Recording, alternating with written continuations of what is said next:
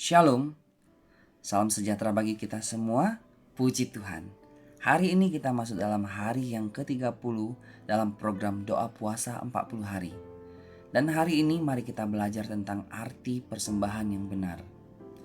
Dalam Roma 12 ayat 1 mengatakan, "Karena itu, saudara-saudara, demi kemurahan Allah aku menasihatkan kamu supaya kamu mempersembahkan tubuhmu sebagai persembahan yang hidup, yang kudus dan yang berkenan kepada Allah.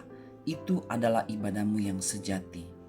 Saudara, Rasul Paulus menasihatkan jemaat di Roma agar mereka mempersembahkan suatu persembahan hidup yang benar yang jauh lebih tinggi nilainya daripada mempersembahkan korban bakaran. Rasul Paulus mendapati bahwa adanya dualisme dalam jemaat Roma, yaitu mereka sebagai pengikut Kristus dan mereka sebagai pengikut hukum Taurat.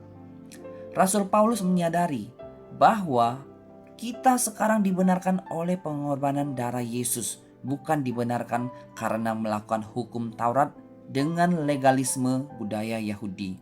Dalam Roma 7 ayat 6.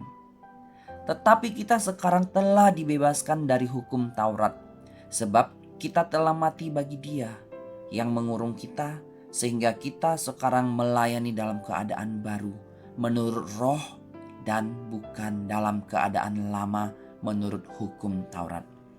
Beberapa hal penting yang Rasul Paulus sampaikan kepada jemaat di Roma berkaitan dengan persembahan yang benar kepada Tuhan sebagai berikut. 1. Tuhan Yesus sudah mempersembahkan hidupnya dan menyelamatkan kita. Tertulis dalam Roma 5 ayat 1. Sebab itu, kita yang dibenarkan karena iman, kita hidup dalam damai sejahtera dengan Allah oleh karena Tuhan kita Yesus Kristus. Yang kedua, hiduplah dalam kekudusan.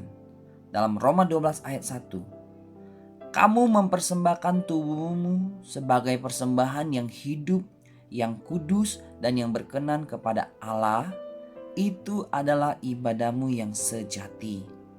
Dan yang ketiga, jangan kita menjadi serupa dengan dunia ini.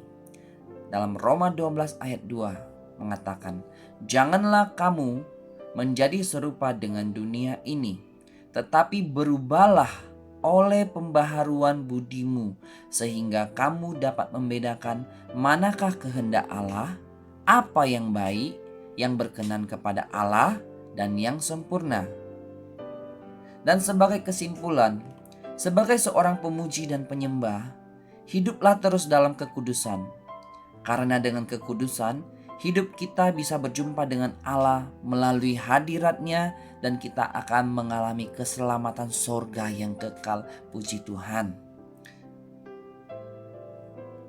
Dan saudara, mari sebagai umat Tuhan yang percaya, kita terus berdoa bagi semua orang percaya dengan pokok-pokok doa sebagai berikut.